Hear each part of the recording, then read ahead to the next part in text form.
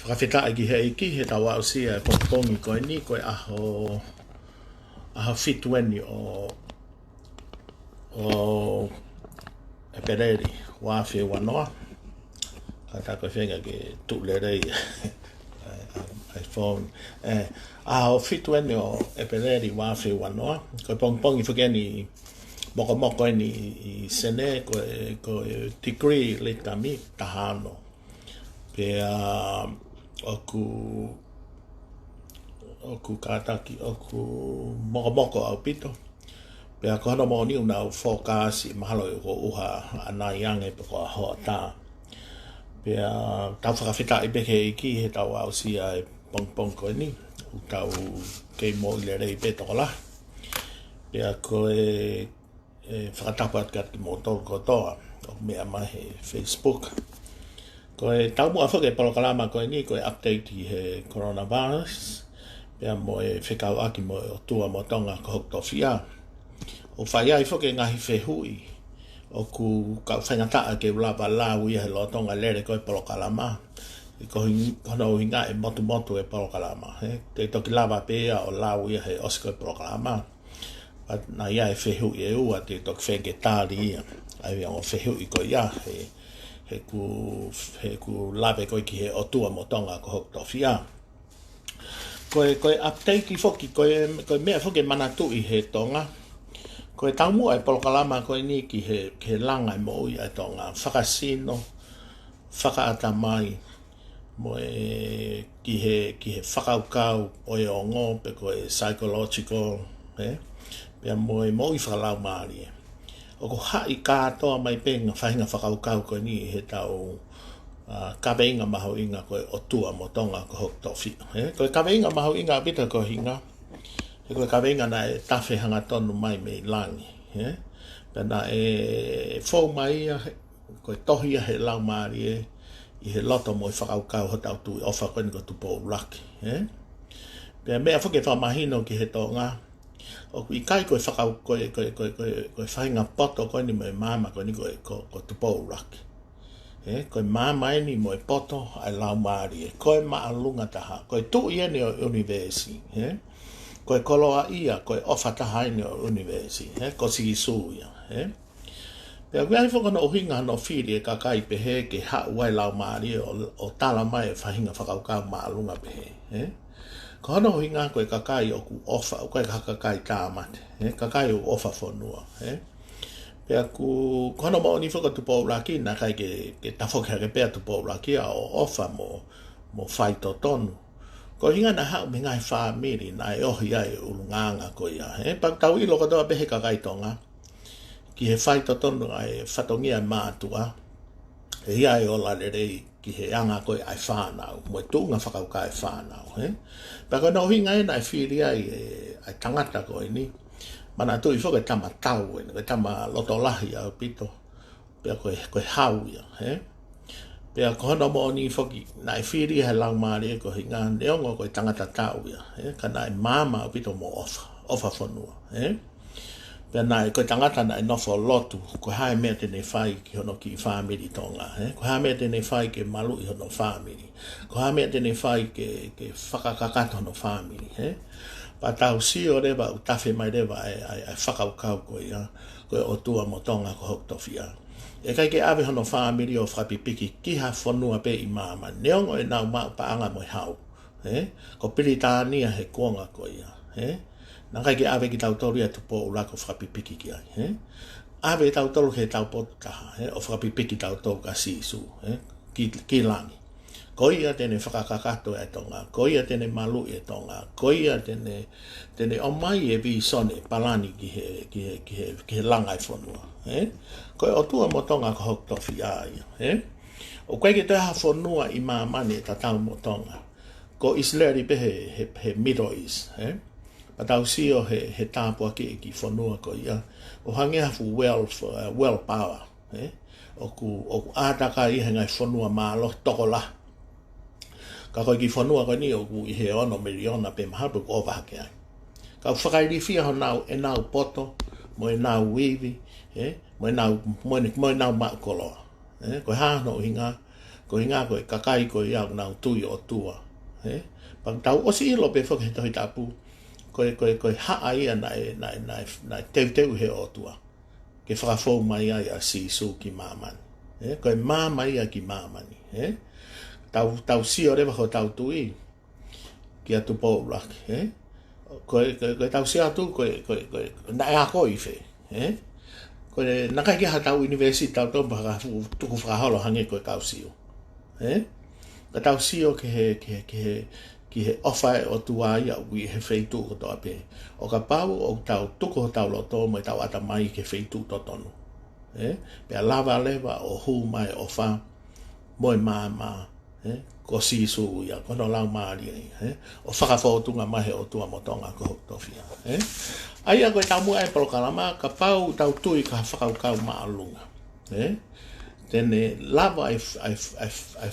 fa ka ko ia mo ka benga ko o li ho ta ulunganga pe fa ka sino mai rema ai mo ui ai family mo ui e fonua ko o tua mo tonga ko to fia ia ko kolo ai ai tonga pe ko update ko ke tau coronavirus mahalo pe fo mo mahino pe fo ke mo fa pa hi pe he lawa fika ka hinga pe fo ke wai fo ka kai tonga ko ke na ma o ngai information o tau mai tau tolu i murini ka ko toi la him fo ke fa na fo ke na access pe na do information ko ni ha feitu ka ko hinga pe ke ka ma tu a mo ka to le ke ka ko a wene mahaki ko ni coronavirus o mo fere ma mani ngai fonua wa ngau ma hiba tupu pa me he me fonua ko to pe ko to la ko ka kai ku puke ku o vai he ta miliona tolu kilo ka kai ku puke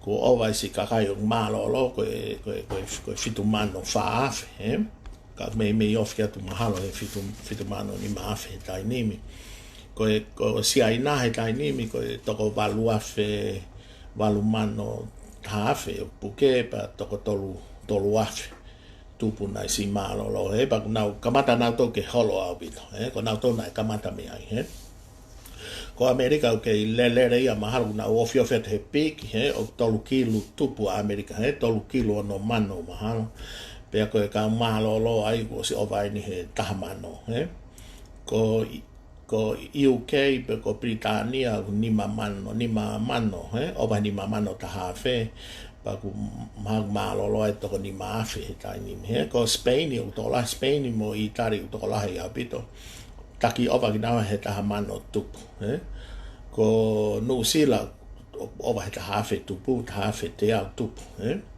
pa ko e to ta hape ma lo ko fisico to ta fine ko se fika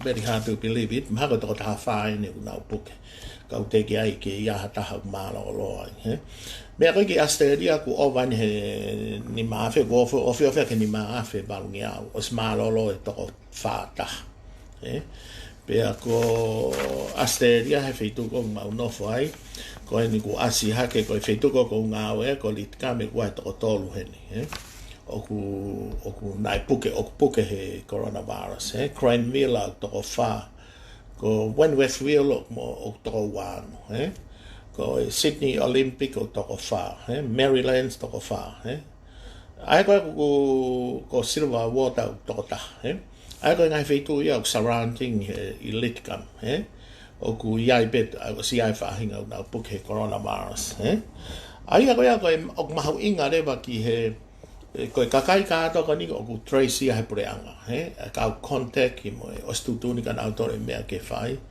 ku pa ke na isolate pa check ya ka police ke mahino ku na no fuma i kai ke nga kai ko ngahi contact ko to ko sfetu ta ke ai preanga ke na autor ke check mo ki na autor mo self isolate ai ko si ko kakai ka to ko ni ko sfai nga we ki a pure anga ki ana autor he ka ko me ma winga pe fok ko ya nga fa kai tangata pe mo ta fa nga bai tala mai ke fai me ai pa ta mi ni wa pe a fa hinga ia o ko ki na fai na to le tu ni pa na ta he lo ki na to lo shopping mo fai nga me ke pe to pu ai a to lava pe ma ki ke ma fola ai a ma winga pe to ki he kakai tonga mai kakai ko ta pe ke tau hoko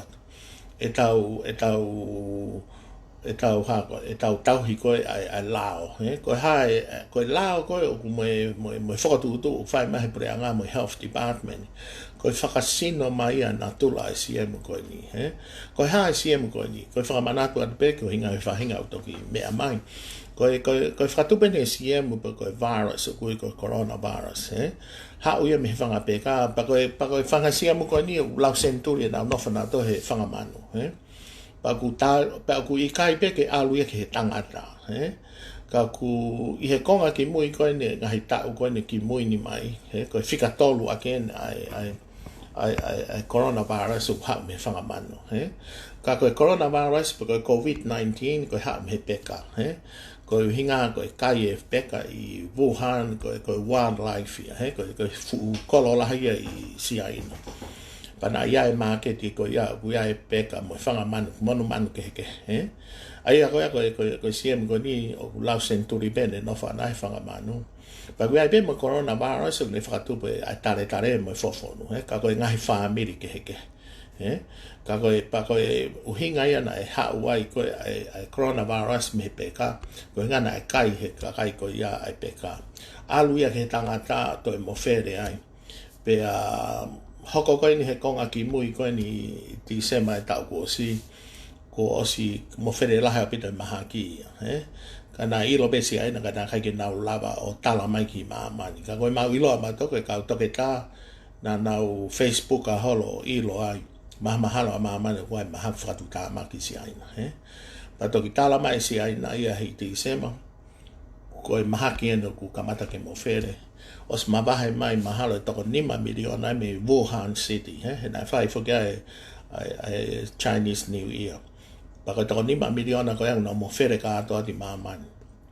O huhu i kia mahaki. Baka uhinga na tupu whakawha pe hea mahaki. Pa lahi a pita ngahi whanua na fu oho vare a pita ne fu vabe. Tako ko stangtangut pe mahaki. Talama e si aina ko stangutu ati mahaki he me whanua ko toi mamani. Pa ko hinga ia mea koe nuku hoko. Ai a koe mahaki whako e ni whako whakatupu ia i he te tare whawhonu ma te mawhatua. Ai koe ku spread ia he droplets, ma saliva. Pa koe te tare pe te mawhatua. O ku whakakeru ia he mitataha. Pea toi te he ea o howai ua pe tolu. Pea ka pau ke tare mawhatua hawhunga te epire no whahe aho nima. Ai a koe ia koe ke tau sio rewa hei whakotu utu koe ki he tau taawhia ke mahaka ni. Ai koe mea ia koe o tau pehe ai ke takaha nofo mau i api. Koe tau wāwāo whiange koe whai ngofua e ke puna mahaki ka hataha ke. Ka tau sio rewa ka koe puna koe mahaki o whekau aki a mo i mita e taha. Ai a koe tau mea koe tau social distancing. Au tau lau ai koe tau nofo mawahe ke owahe mita e taha mo konga pe ua. E tau ngutu pe koe tau whetu alu ka whetu. Pa koe kakai koe nau tare pa whie mau ke wear mask. Koe nau tare koe ki tau ilta koe toko lahia koe pesete malnoa nau sai pe. Pa koe nau tare fofonu mahalo pe koe coronavirus, pe koe flu, pe koe common cold. Koe ke ilo hata. Koe ka orewa ke tesi. Ka koe ke mau lava tesi ka toe kakai o tare fofonu. Ai ak mahu inga peto ke he taha ko toa o tare fofonu ke ngā ke mask. Pa mana tu i whako te ngā koe mask o kita pia o te tawhi te puna atu koe si e mu. Kau kai pe whahinga nau ngā pe nā tō sai. Pa ahware pe ku nau mawhatua. Ka koe mawhatua koe ka pau wea e coronavirus.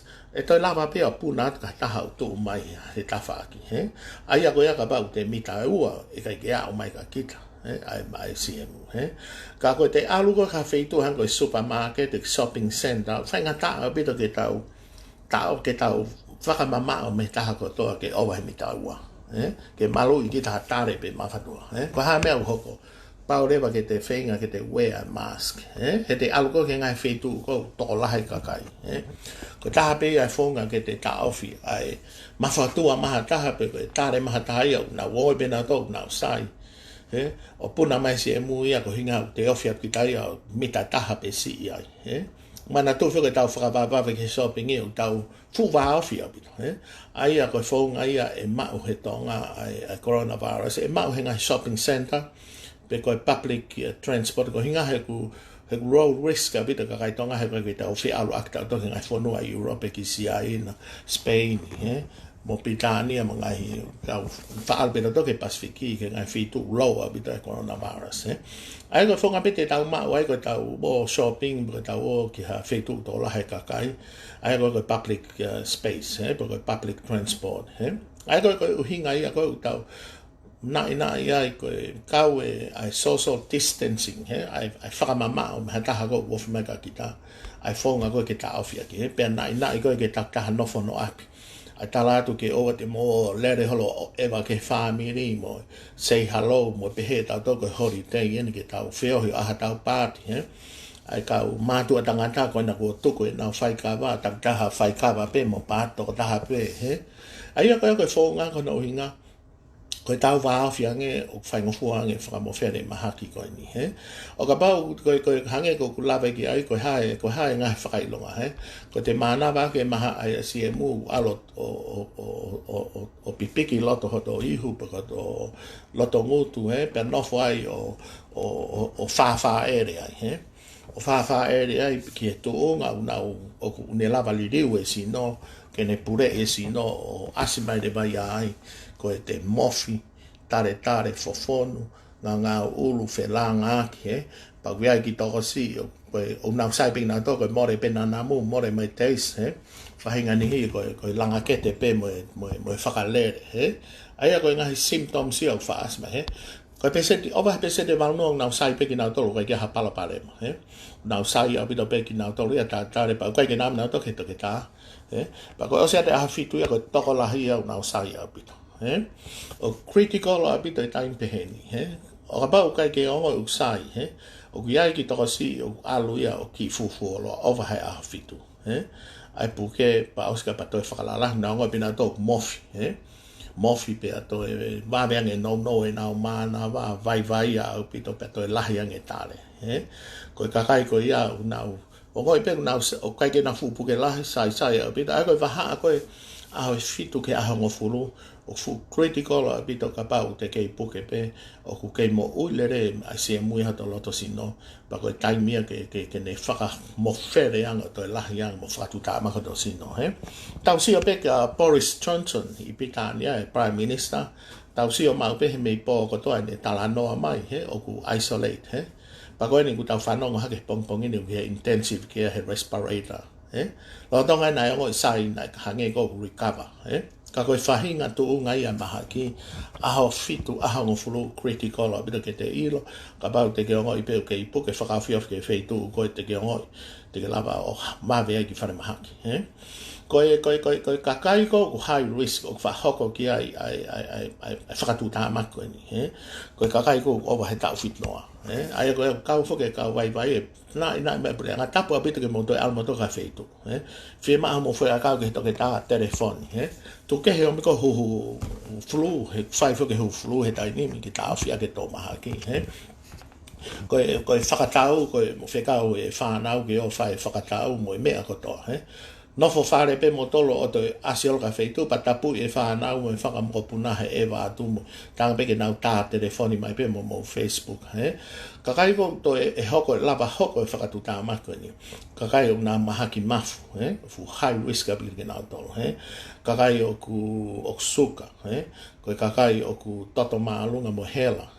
Mo kakai nai puke he iaha whahinga kansa pe o ha konga hana o sino, Pea toi tau te whito ke kakai koe na wifta pakalahi o whatu tā maki au pito. Koe whanau si hifo he tau taha high risk a koe ke mau ilo, koe ke mau e statistic i ai. Pa ma kau wheita maa o ku kau pe mau lispe ki nā tolo he high risk. Ai ko mau inga pito koe kalasi koe ia. Ke sanga pe nau nofo i api o toi ia kai whahe whamiri mo i whanau e lere holo whai e whakatau mo shopping mo ngai mea pehe. Ai koe ngai mea ia koe tonu ke ilo he tau ngātai ni koe mahake koe nia o whamofere he tau tāre ma whatua mo i lahen koe tau wāofi. Ai koe uhinga ia koe ai ngā ke mask, ai social distancing, pia mo wipe mo hand washing o mahu inga katoa ngai mea ko ia ko tu lahi la weekend e tau tano ke mahino ke to lahi abi pe tapu abi to mo takataka hol ko umaholo ka taha mo fe lo fra family pe ko yo ka hapa ka e ka pai ma ai mo to ka policy te now charge mo to ai ko tau si o pe ku li we lo tu fai mai pe he Facebook ka po video pia mo kau fai ka ba ta fai pe na ki party to ta pe a pe na ta no na ngai friend he video ta si o la vale re pe he to nga ia li e ta nga ke malu ki ta to e ta ta nga fo ke ngai tu ni ko no fika wa mo mahaki ko ni ai ko ya ko ngai me ma winga pe ke mana tu he ka kai to pa ko i to nga fo ka asteria he tai ni ko lahi tani me information ni pe lahi ngai fo nga fai to o mahaki o asi mai me fonua ke he muri South Korea ko Britania Spain mo Italy pa kuia deva task force ia asteria ko ha o me ko expertise he different fields o Naomi ke na ngau e fakata ke na put na input he ngai me ako to ko na mani pe na fakata ha ia o whakaukau ko hae mea le rei taha ke whaitoa ke mahako ni. Mana tu i whoka koe mea ni mahino ka mautolu koe panatolo o koe paracetamol o sa ia he ngā ki he fever ki he time ko high temperature ai mo whelanga ki ka wikai koe Nurofen koe aspirin mo ngai whakau ko whangau ke kau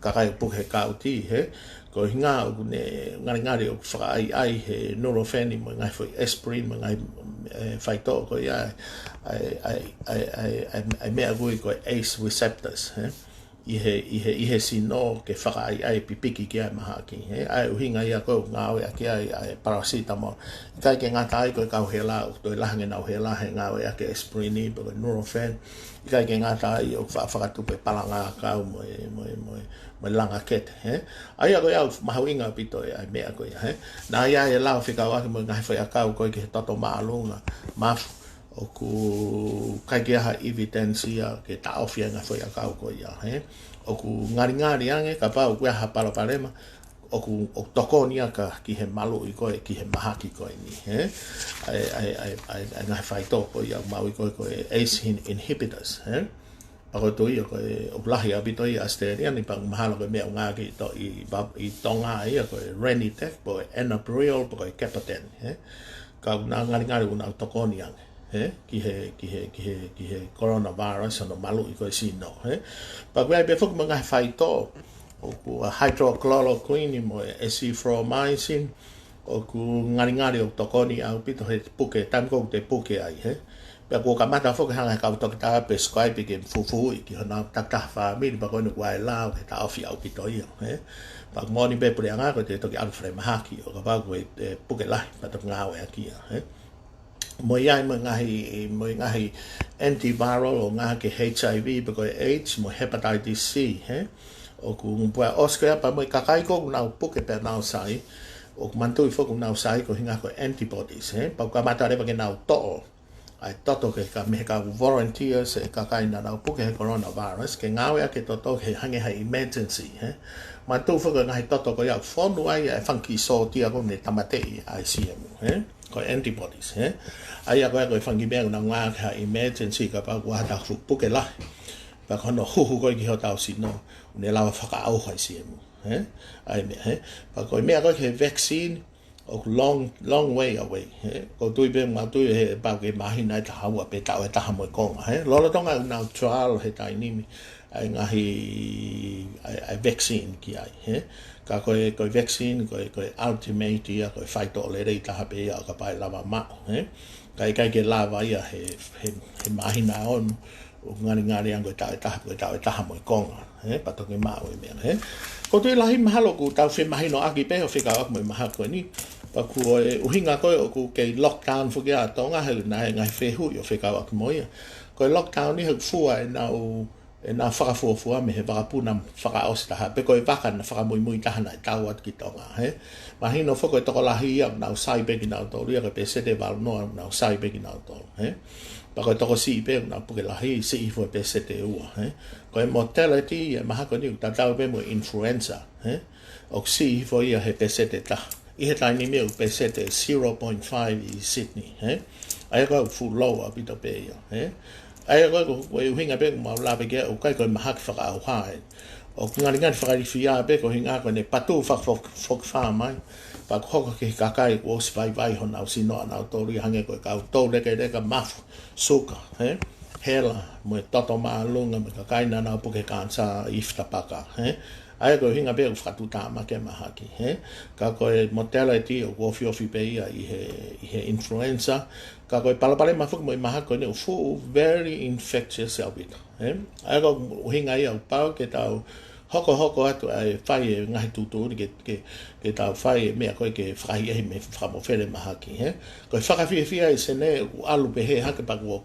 ko tip down it's getting better ka kono ngā pe whaki te tau hoko atu pe tau tauhi ko ia for the next could be next 2 or 3 months ka lewa ke tau control ia pato ki whakaawa mamari e mai kakai ke whoki o ngāu taimi ko ni whoku lahe kakai more nau ngāu paku taimi ko economic cost ia si safa upita ngai family la paku mea ko ton time to ton when ke pull together ngai family pull together mo siasi ke toloi ngai to tongi missionary mo hafua ka whakahafi ai se ni te family ko mea kai paku hafi mai family paku tau se pe ko rent he ke lava hataha o kick you out from your house or home o pa ke tatongi ren he mai hina ono o freeze he pre anga me akoto hange ko panke o mahawinga pito ke na lava o toloi a tatongi fare mo tet mga me pe ko hinga pe ko he kulahe ka kai ku more nga ko to lahi e pe mo vai mo hila ia a tokoni pre anga ke he ka kai ko ke nga ko social security o mahina pe mo unemployment sickness benefit o hoko be pure anga na hai mea ko tui lahi pe o se fo Facebook ka kai o na feto ko ne ke ka kai tonga fe ka aki me hai mea ko ia ko mahuinga bito ko fe ka aki fo ke ka kai ko puke maha ko ni ko vai hona sino ai ang mahuinga bito tau he mea kai ke le fo ia ka lai akau fakasisi me ai kai ko mea meri mea ngako mea ma sima whakalahi mea kai tahi he pulu maasi maa mangai sipi ngako, pulu ngako, sai pe mea kai tō ngā ia kai whakafuafua, kai koe lahi ange lai akau, fo I akau mangai mea pe, whonu ia he vitamini mo mea ko ia ke malui hoto sino, kau kia mai whamaasi no, te whakawhiawhia te seo whio, whai ngā we lahi ngahi tamaiki ki nau ai mai whanki VTO, ai whamahi sino ke tōni an kakai kou nofo pe I api au tau si orewa wai ngai whe tokoni aki koe kuki ngai mea pe ngai mea mahu tāna kia mo exercise o mahu inga vito ke exercise te ke lava peo whai api pe ke ngofua pe te lue kai lue hanga tōni peo whai te exercise pa te whoki api ka wege te toi alu ki taki whakahawe holo he pāka tala no ai mo whangai friendly pa kium e chachi koe mo ua lahi au pito hange koe putu mo mari ma ngai mea pe mo osi ilo katoa pe ku liriu ngai mea koe pia koe chachi o kapa te mau e la ko sene ni koe 11,000 pe koe prison e mahina o no pa ku lahi ang mahalo ngai whitu ke Western Australia maha koe 50 ai koe mo si o katoa pe ku ia ngai uhinga ke ngai liliu koe ai lao mo mea ke popo ke whakai ai kakai ke toi tokanga ngi ke he liliu koe tau nganga ke whakahafi ai mo e tau mo ui ke mea koe tau whai e whakahafi ai tau mo ui mo tau kau mo tau family ai uhinga koe mea koe tau whai ai koe mahalo koe OCPI he update koe ni he coronavirus tau hoko atu ki he o tua motonga ko hok tofia o kuia ngō whehu e ua ngau inga o pito koe whehui mahalo kuna me wā ofi pe. Koe whehui e taha. Ko te vita maliu ka e tau. Koe pehe mai pe. Tā na e heke pe ki he patoa koe fie whare area. mo e whehui a Torini wā ke. Ko e toke tā ware kua whai to o pala. Ko e ita ni he mea koe ni nau lawe ki ai. Mo e whamiri ware kua. Nau whiu ke sio le rei ke whehui ko ia. Ko e whehui a Torini wā ke mo te vita maliu kai tau. Ka whenga mahu inga be foki. Niongo poko hae a whehui ka mahu inga pito ke tau tāki. He koe whainga whehui koe ni o whakasino mai pe tōunga e whakaukau. Koe mea koe ni ke koe lau ene a Torini wā ke koe hara toke tā whamiri ware kua koe whoki ki ho whai tō pāla behe koe nā ke tō he whiri whare ana. Kai ke maulere ko alha ko whakasia fo i lau koe ni ka kuosi mahalo ku toi pūria me Facebook. Ka koe mooni apito mahalo ko whakaukau ia Torini, ka koe teke ui au hataha mhok whamiri koe whamiri ware kua. Kau ki tātā no atu pe nā mahino ka koe e Torini wā ke. Koe hau me whamiri koe whae koe whine eki ko mere tupou. Ko mere tupou koe ne tangata eki koe motua ko semis tupou. Semis tupou koe ne tangata eki koe motua ko sokatame tupou. Koe kakai ka ato koe au whonu ai kakai lotu. Kakai lotu au pito. Kakai poto au pito ka mo ki toloa sio he kau kapteni ai whamiri koe ni. Ko whamiri ak whine eki. Whonu e kau toke tā kau loea. Kau matai tohi tapo. Kau haa tupou. Whamiri poto au pito. Pa kono mo ni uiai pe kakai ai o ku whaapau kono kona. Ka ku ilo ai whamiri koe whamiri poto au pito mo lotu au pito. Teke whanonga hataha ui e whamiri koe ni haa tupou koe whamiri ware kua. Ai koe ka taki i Torini. Koe beke whakamahina ka koe.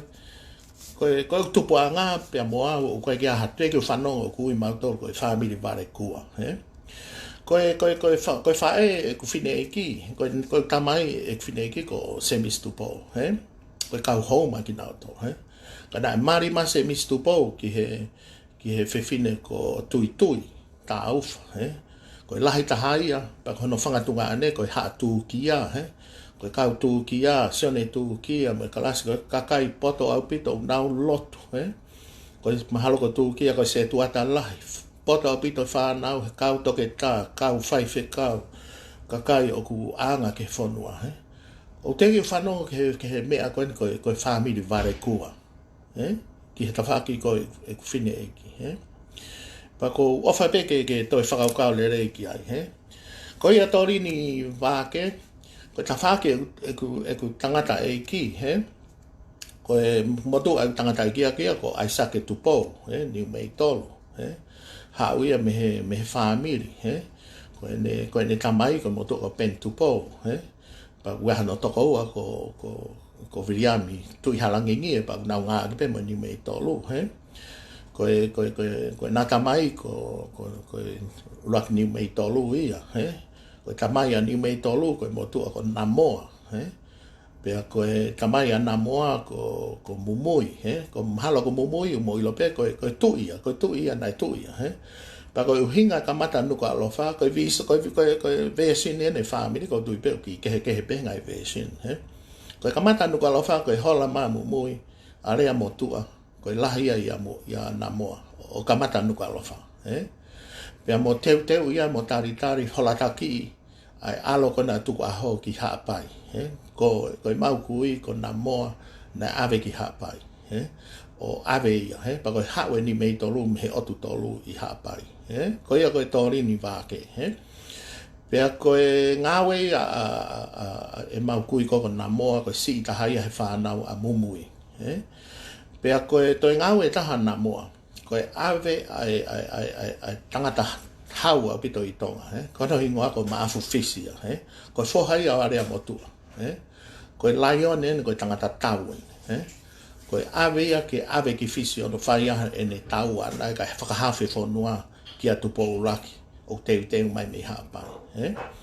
ai ko mea ko ni ke family ko ni pa hoko mai na moa o ko ne fa na ko ka na moa ko na hi fo ko ngai ta ha fa na ko ho e ki ka to me ka ka tapu elu me ka ko to ko ka I vava ko ha ko fa na pe moi a na moa o te ki whanau he ngai family ko ni ko family vare kua ai ni pe tori ni va ke o whai ai mahalo ko kakai ni ko kakai tau foki kakai tau au bito kakai poto toko ni whanua ka to ai ni ngā whapure anga toko ni whanua mo mate mai whanua o te ki ai ke whanau ha family ko ni tangata ki kui ko kau vare kua ai e tori ni ka taki tori ni va ke pea koe ku tangata iki na hano toko ko sias ni mei tolu koe toke tā ia pa na ne mao ia ko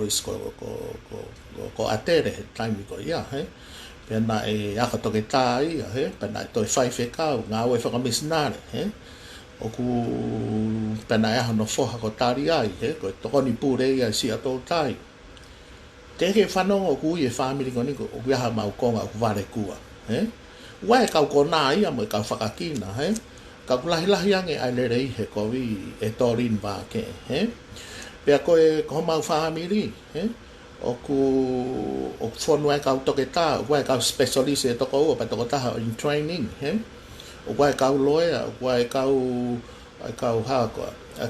accountant, ko kau bankers, O ku ihe level o maalunga o pito o torin, Pea ko au, na wako ma tona ma ngau e ma tu ai baba pa na hau me baba o hu ke tonga hai pa na hu ke he tahi ba ono pa na u kapten he tonga hai ho ta u ko na taxi ai pe ko kapten ia ko ma lu ngata hai i tonga ka to pa ko mana tu i ko ta u fa o se o ko na ma ka to ai le so ni ki ai na te ke ui ho ma fa ma to ko ka vare ku a tori ka pau ke whimau ke alo o whakapapau ia alu ke whumaka he tonga high school pa ke siwa he tahiwa no na mahuai na e tohi ahi ngoa ofo ni mei tolu o ko tui lahi tori ni wāke o koe ke tohi ha vare kua he ngai whumaka ko ia ka pau te ke tāno ho mau to uako o kuai whai whekau ko toke tā Isleri Kioa toke tā Sayakami ko Sione Tu Kia ko Ikan Prescott ko kau tuki mo he savea ko toko lahi au pito ko kau international ko peseti maafu ko tamai ki ba inga le rei au pito mo tamai tale ni ti ia pito talo e tupu torin ba ke te ke whanong hata hai na uia ko vare kua pe ko hinga ku mu ha ko ako ya seria ko hinga ko au na malunga ta hai pasi mo ma ko tonga hai pa ko hinga na ma scholarship ha ako ya seria pa ko hinga ko ki sene ko hinga ko ha ko hinga ko family torin pa ko ha ko ngau hata hai sene mana tu ifo ko sene o ha wa AC a kausia ina kau AC a poto au pito pa ko ke ofi tau to kia ko nam na to me lau miliona ko pasi ke ha ko medicine sene ko o hiva point hiva peset pe ko en ko feitu en ha ngau ko ha me tonga o ko ke ha no ai hata hai me tonga ha ngau loto sene te ke ha me tonga lo ngau he ngai feitu I uta he ko hinga ko fe au hi sene ko maka ma lo ngata ha pe ka tala tu pe CV ko he tau ko si ne ko pe fo ko mau to ke ta ka mau ako I mau tolu pa pe ke mau keep up ko foi pe pa e u afa ko mau la lo ta ha ko fit no tu ta tu o na wa no pa ko foi pe pa wa ta pe se te au ka to o kui mau tolu ko specialist in general medicine ko specialist in general medicine pa mau I lo ka to ke fai to sino me pe ke vai he ko hinga ko mau tolu mau whakau kau I ko ha ko mau ngā ko mau atamai I ha whai ngā mahaki pe pa ko kakai ko o me o si o mai ka ko kakai tonga pe ko matakari ke heke ko ha no hinga I he mala e ko no mau ia ka pau kai ke poto mo sai ho ngā we te ke mate ko Koe kakai ko seneni, koe kakai poto pe e mo ui ai. Ko hinga pau ke sai e te ngā we, ko hae winga e sai e te ngā we, te lava tala mai pa ko hae palaparema, ke hō mai maha ki pa hō ki to au sai, mo ui lere. Koe ngā we ia a ofo. Pau te iu whanongo pe maha tā koe whare kua, koe toke tā whare kua. Pa ko ngoni o mau whari lavea, tame ni mau whaito e lavea. Ka mau whai e ngā aue ke he pepe, wha ere, suka, mafu. Ka pao te mau whehala ke mau diagnosis i he kakai. Koe lahe mate e tōrin wāke. Aia ko tui lahi i mahala tōrini ke ka pao te aho whehui pa ke toi whehui mai. Ko tui lahi ku mahino au pito e mea ko ia. Koe whehui ka te vita, koe lau mai ko te vita maliu ka e tau. Koe hinga ene ko hangeha manuki mai, e ku heke ki he patoa. Na e kai kātaki whamore te vita. Koe patoa na e omo kore mai ki o arange o kauki ai. Ai patoa. Pena na omo kore mai ki o arange o Palestini i sene. Koe patoa na omo kore au. Pa koe o tua motonga ko hokto fia fokia o kauia ke toko taha koto. He na upopou ka kirisi. Na whae tohi i he lulu koe whare o tō ngā ke ngangana hifo e kāka. Pa whae tohi ki he kerea. Whae mai koe ke nau toi purusi, nau tolu e tohi ko ilo pe ko liriu e kawenga. Whanau uomi koe ai kalasi ko ni o whakawhi au ke alange mua o sio ka akirisi mo e patoa i he whae kawana e whae. Matu whae na Oceania e whiri whare are hei wafta fitu. Pa na mau bea ki disi ko no nau ilo bea ko mea ko nau lere aki ko tua motonga ko to fia na kei tu bea ka na aku whakaamu ke whakamahino ka aki disi na e tonu ke whakafoki mai ai whonua ki he whare o tonga ka nau alu ki he whai kawa o mau tala noa ai kono mo ni na ia a piveni aki disi mo kau patoa kai ke aha na interested in autoria he o tua motonga ko tofia na tata no pena to he na mea na to na hangi una whaka ha mai ko kakai poto kakai ilo a pina pa na kai na to firma na to ha to mea ke pa ha o me whakataha ko ia te vita mahino ka o ki kai pe ke fie sio a akidisi o si ilo akidisi me ma o loto i tonga loka ia pa ukai ke te fie whakafoki mai whono ai ke o tua motonga ko hokto fia. Ai koe mea koe na mahino ki a te au ko akirisia ko liriu e ne whakaukau. O ne pehere wa ai au pau ke ne ka asia rewa whonua. Na aku whakaamu ke na ukau he kakai na e whakaamu ke whakalere e tu imo akirisi. Pau whaarea ke he leti o hen. Pau hange u whakakata kakai ki ai. Koku ilo he ku o viai be whainga maari e taha koto. Kana oange whainga maari ka akirisi na ke tari akirisi. Ko hinga hu whakaukau i ke ka ase whare o tonga mo whotu whare who o mai whonua. Aia koe me aia ke mahino ki a te vita mariu kai tau. Na e te ki ai ke ririu e whakaukau a ofo ia he lere he uafta fitu. Na mahino pe ka ofo ia he ke mahino ki he whonua ai, ke mahino ki kolomotu ai, ai ka veinga mahu inga koe ni. O kai ke whi alau ia o whare area, ko hui ke mau aha ku mo ui. Ko alo whare area ko ku ilo, ku ai fu ka venga mahu inga i whonua, u tanu he whonua. Pau kau a kirise ka kai na u tanu e ai koloa koe ne ai whonua. Ai o tua. Ko mea na u whao e tohi o tu whaholo i kolomotua, ko kolofo o haveru, o a u ki ho foa. Ai koe ku hinga, u kai ke tau mua piki kolomotua ka koe whonua. Ai o tua motonga ko. Ka hono mo ni ko ki tohi a ko stutu ia stafu afa ki he kakai. Ko hinga na kai ke mahino ka na auto. Ai o tua motonga ko tofia. Ko hok family. Ko toko lahi ana na tala mai pe na to whakahela ko alange a koe te na whiri na to ia kiris. Pak na mo ni pe na ilo pe awia ka na kai ke oto si ai wa. Au ia ke pehe ke holo mui. Mo ia upe ko kasini. Na hau na maarea ki hau popo mai ka au. O varea au tala mai eia. Te ulere na tala mai he Palestini mo sketa lahi ke ulere he ko au ko pure he usia si ka ato. Pena e mau mahino api pe ai malo he agrisi na e firi ka ato ape usia si mo kolo mo tu ai akilis mahana ma akilis pe se de fin normal no ai agora os mahino a pito pe que kana oange fanga maria ka akilis que toi whakaukau ki ai, ke whakafoke whanua ki he o tua motonga ka hoktofia. O ku i kai ko ofo na alo fie patoa, ko patoa na womi o whakawhi i au. O kai ke whea te hingoa toko taha ko na si mahi u teke u taha noa mo ko toko taha o ku whalala ki ai ka koe patoa. Ka koe toko taha ko ia ko ilo na whamiri, koe whamiri whakapatopoto. Ka koe uhinga mo ki i mokopuna, o tau nā la kei, nā nau ange, koe me kai peho mau kolo. Nā nau koutui lahi, nā nau o ngoi, o nau whenga ke whakahawhi akiris. Me palopare ma koe e hoko he kohi ngā kua. Ka mata ke ātakai e akirisi aki ia ai ka kai whakate wolo, whakatuta maki au pito. Pea morere ma ene visone koe whakalere e whonua. Ku hao ene ke langa fo o hono whare fo o. Koe hae whare fo o koe ia, koe manatu i koe tau visone ai o tua motonga ko hoktofia. Koe visone koe ni o koe ka visone nai whao hatangata. Koe tawhi mai mihe lau maari. Koe kehe. Koe visone a kirisi. Koe ia koe maa ia. Koe ia koe maa tene o mai ai tau ataina ki he tonga.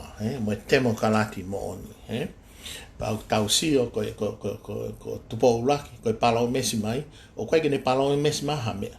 Koe palo mesi mai pe ko tau tolo e fuake hono ki whamiri ki langi, ki he otua. Koe ne palo mesi ia.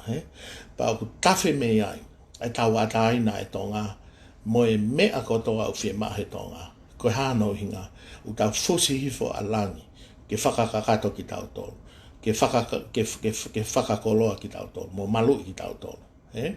Pau kai ke whakate fito ai otua mo tonga ia ko hoktofia, ka tau sio, neonga ne ofa hano whamiri a tupo ulaki. Ka nai tuku pe a tonga ki langi. O kai kono whamiri, nai pehe nakai ke pehe mai ia, momo puno mai ka au, koe tu ia momo o tua, i kai. Koe awe ki tau tau ki langi. Pa tau sio rewa hei whaile rei he hatu i ngā ue. O kai ke nau manu, mo sio ki ta hange koe mea koe na akirisi mono whamiri u nau whai. O nau pehe ki nau tolo, ko nau tolo tu i, ko nau tolo poto, ko nau tolo mawe maama. O laka ki nau tolo ia sisu, moe ofa, moe mea koe no ulau mai tupo ulaki. O kai na kai kia ha mea ia kono mo ni na whakatutu e tupo ulaki ai whanua, pe ai mai moe mea kene malu e whanua. Ai lotu, ai siasi, Wesleyana. Ko ha mea nai hoko. Taimi ko nai whakapo uria ai loto whare ai tu i he taimi o tupo ni mama konga ki mua tupo wha. Mana tu i whako koe langa koe a tonga mo au tangotu atu heni mo maalunga taha ai ako mo tare ni te tonga koe ngā ue hatu i koe ni. Ka nai iai ai tu i nai tō lalo. Koe haa mea kakai koe nai whau mai tupo rake nā me o whenga ke whakahawhi ai mwhare o tonga. Koe kau taki o sias Wesleyana. Koe kau taki tatau pena o nau toho hake ngai fuhere. Hoka ake o tau hatu i. Ke tau sio ke ata mai e kau taki o Wesleyana. Moe kau whaiwhe kau tōla. Ko hange nia ko ngalo ai o tua motonga ko hoktofia alangi. Ko hange nia ko ngalo e ngale rea tupo ulaki mo kuensalo te mo tupo wha. Ko hange nia unau pehere wa nau toria ko e maama fo o. Ko sisu fo o ia. O whakasino mai e akirisi mono whamiri mo e patoa mo e whakamo ui o tonga.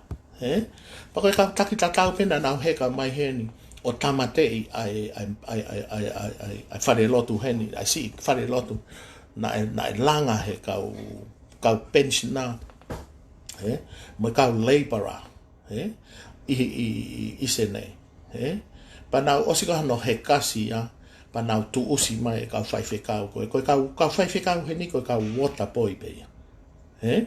Aia koe tau sio rewa ki koe kau taki tatau pēni ko o si hanga e akirisi au waripatau ki nau tō. Koe uhinga o confuse mo kui ahana o atamai, e ukai ke nau nofo nau to he matawai o e lau maari. He kai koe ke nau nofo he vai koe o lau maari, ku nau loto ngalo. Kai ke nau toi mantu i nau tolu ia i sone ai whanua, nai o mai koe tupo ulaki, mohono whamiri. Kai ke nau manatu i nau toi tu i ofa ko Queen Charlotte. Nau sio peki nau tolu ke foi period, he? Na to la lo e fonua ko hi ko moko puna ni o tu po laki mo kun salat, he? Ko hanga rewa nau toria o lau e foi period e whakapo uri ko ia, he? Ko taimi ke tamate ia tau hatui, he? Pa ko me aia na e whai he kau taki ko o wesi ana. O si whakakonahi ki nau toi akirismo nau whamiri mo e patoa. I kai ke ngata tau si o rewa ki he siasi, he? Koe tō lahi kau whaiwhekau. O kai ko hinga koe kau whaiwhekau ka atoa. O kuai kau whaiwhekau, o nau tangutu he tawha aki, o nau ilo e totonu mo mea ke totonu ke whai. Ko taimien ke tuu mai rerei mo mea o totonu ke whai. Koe mea ke tau eke, o tau lotu ka sisu, pe o tau lotu ke he tangata. He? He ko pameni pe he hanga he patoa mo akirismo no whamiri o mai tohi tapu o. Ke nau pe mai koe tohi tapu o, wini koe ki he whanua. Kari aki ai tohi tapu na e whau mea ai o tua motonga ko hok tofia. Koe mea ia hoko ki he whanua, ko uhinga, ko tōno no hifo hatui. Mana tui ko tōno no e tu ia ukai ke kovi ai kawenga whanua o tua motonga. Kei maa hau a pe kawenga whanua ia. Ko hinga ko o whau ia o whakatatau mo tuku ki langi. Na e tatau pia a neafi mo e ahoni mo e kahau. Ka tau si o rewa ki he mea koe nai whai he siasi. Tō koe a tuponi ma, tō e toho hake nā tō ngai fuhere. Ke tō e hoko hoka ia ke whanga mua puna koe ni o tupou raki mo kunsalote. Ai koe koe hinga koe ka kai whakairi fia kau te volo, nau nofo mai, nau tui mai ngai fu. Ngai fu kolosi he ki a mo teu mai koe kakai lotu ki nau tonu. Kau nau kau i hono whenga ke whakaauha. Ai whakatutu ai o tua motonga ka hoktowhia o awe tau tolu ke whare. O pure ai tangata. Koe māma koe tangata. Ngono whamiri koe whamiri whou ia koe tui whou ia tonga. Koe tui whou ia ho tau whonua. Moi family mo no pere ia iPhone wa. Ai ko me ia ke mahino ke tonga. Ko ta fa ke taha ko o tua, ko ta fa ke taha ko tangata, Mo no family ko ha tu fo o ia tonga, Kai ke ngata na whakakona he loto siasi wesiana. To whakakona hi mo mo nga. O na hanga whakakona he pa mio, Ke pehe ko na tolo ko mama ia. Mo toka te rin to tonu ki he whanua. Pau tau si o be whahinga whakaukau. Hange koe ni koe whehui koe ni o ua koe ni. Pau toi whakaamu ke te o maha nau whehui. Te tari ka katoa tu pe ia. Ko hinga he whakasino mai pe e whahinga tuunga whakaukau. Ai kakai koe ni. Koe tau whakaawa ia a heri. Ke nā mo pure i a tonga. O hange me ko gulawe ki mua. Koe mo ui ha whanua ka pa e toko lahe kakai o mama mo ofa whanua. I he toko lahe kakai whakapo uri whakase tane mo tae o wha e ngoto ai whanua. Ko hinga ulau pehe koe mea ia e hoko ke whanua ka pau te tau whaka ai e patoa mo haa koe ni a akirisi koe nau pehe koe haa fo ouen, koe haa tui fo ouen, pa koe mama fo ouen koe whanua. Ke tau tafoki angia kai ri aki ai haa tui mo i kakai na nau o mai ai o tua mo tonga kohoktosia. Aia koe ngahi whakaukau ia o tonu ke tau whakaukau ki ai. Pako tau si o pe koe awa peha e ngotu e kalasi koni. Ko se tane pe ai koe hange haawa ha matapā koe o heri. Koe kovi pe o tafe me ai. Pa aia koe me ia ke mahino ke tonga. Koe tau whiri he i heri. Koe tau whiri he kakai o nau. Koe nau tolu koe mama fo o ia o taki he tangata. Pa koe mama fo o, pa koe demokarati fo o, pa koe mama fo o ia ki tonga. Pe koe tau whiri, he mama na e tanu po aki whanua, koe fu maka ia, koe matawai ia, o tawhi hanga tonu mai me langi, i he o tua mo tonga ko hoktowhia. Oku clear kati a bitau pe whiri e tonga. Ka bau mo pehea ke tau auha. Pa tau fou atu ai pehe ka pato a mui atu ke tau woka atoa. Ke whakauha ki tau tonu. O ka pau tau toi whenga ke tau whoki ki he toto nu mai mo ui. Koe hae mea te tau whai. whakafoki ai tō ngā ke he whare o tō ngā o tangutu mai ai o tua motonga ko tofia. Ko uhinga ia na e hai ai e tupo lake o tua motonga ki langi. Ko hinga mahino ki ai kau haa tui. Mo e kakai taki e vai vai. Ka ko hi o kei tuu mau pe ai ka vei ngā i e tuunga maalunga. E lava pe ai kakai a fusi ki nau tol ke tuunga ko ia. E hao e siasia o pe mai, hei, tui. Hake oua te ke taa ke whare lotu. Whakafoke whare lotu ki palasi. Whakafoke o tua ke whare o tonga. Koe kakai pe au maama. Na o si whau mai nā tol he ngai fōtunga ko ia. E lava pe ki nau toria te whakafoke whanua. Ka koe uhi kua ko nā ai kautaki o sias wesiri ana. Nai te teu i mai e tupo uraki. Ngalo ia nau toria ngā rea tupo uraki kunsalo te mo tupo whaa. Pa nau whakakaru ana toke whakaauha. Ai whangamopuna tupo uraki. O te ki ai ke aha taha i tonga. Tene whakalaka e whanua mo awe tato he tuunga maalunga. Ka koe haa tu i koe. O koe ko hinga ke kovi hatoko taha pehe whaamiri pa tau kanseri ka hato e whaamiri koe ia. Tala mai e mautolo, mo hauhaa ki mautolo. Hala ata. Whaamiri ko toa viai pe palapalema. Kau kai ke uhinga ia ke tau hanga whakaau hai whaamiri koe ia ko hiko toko taha. Kai whewhea ngā welere ai futoko lai. Koe whakaukau no ia, koe hāno inga, kua more manatu ki he historia e whonua, mo e identity e whonua, koe hāno inga, kua tau, ta whoki tau tō me lotu, o inu, me he vai o heri, mata vai o heri. Koe mea ia kau taki ai Wesley ana, o nau whai ki ho tau hātu i, mo e whonua. O kui kai koe kau whai whikau kātoa. Ko tolo a nai whau mane a ko i a tupo wha, mo he tau hātu i. Koe apia nai a ko i mai a e lau maari e mo i mea. O si koe pa tuku e lau maari e koe e tau siaka e tangi mai tau whangakui. E ka kai lotu mo oni. Ko hi koe ka whakapere pela koe ne whai koe he loto whare o Saioni. Koe mea ia ke mahino ke tonga koe lavea ko ho tau hātu i. Koe konga lahi koe lavea ai lotu. Mo lotu loi. O tupu ai koe lavea koe ni. Pa koe whahinga whakasino pe ia mea na mau si ai sene. Ke mea na hau koe pule la. A oi whakamore ia e kau pensiona. Mo si ka kai tō lahi. More nau mo ui. More nau whare. Mo vete wha miri. Ko hai ia tene totonia. Koe kau palesiteni, koe kau sikeritari o Wesley Alana nau tautou heka mai. O ave ai paanga ai siasi koe ia. Pa osi koe pa mate e siasi. Pa play me kau water boy. Koe na kakai ia na nau whai tutu ni peke kau taki tonga. Koe kakai tatau pe ia u nau unu hake ngai fuhere. Hoka ake tau haatu ia e mo puna tupo ulaki. Kuin Charlotte mo tupo wha. Aia koe mea ia ke whakaukau ke tonga. Koe hae mea u tau whai ka tau toru. Koe hae mea u tau whakaauhia au hai ai koloa ai whanua. Ke tau whakakau lere ke mea koe nu hoko whanua. Ke tau whakafoke whanua. Koe whakatewalo pe o whotutu ma he patoa mo ake disi. Mo e whaamiri fo o koe au nau whenga ke whotutu he whare o tonga. Ka tau whoki he whare to tono o tonga koe o tua mo tonga ko tofia. O whātuka mo tō kātoa.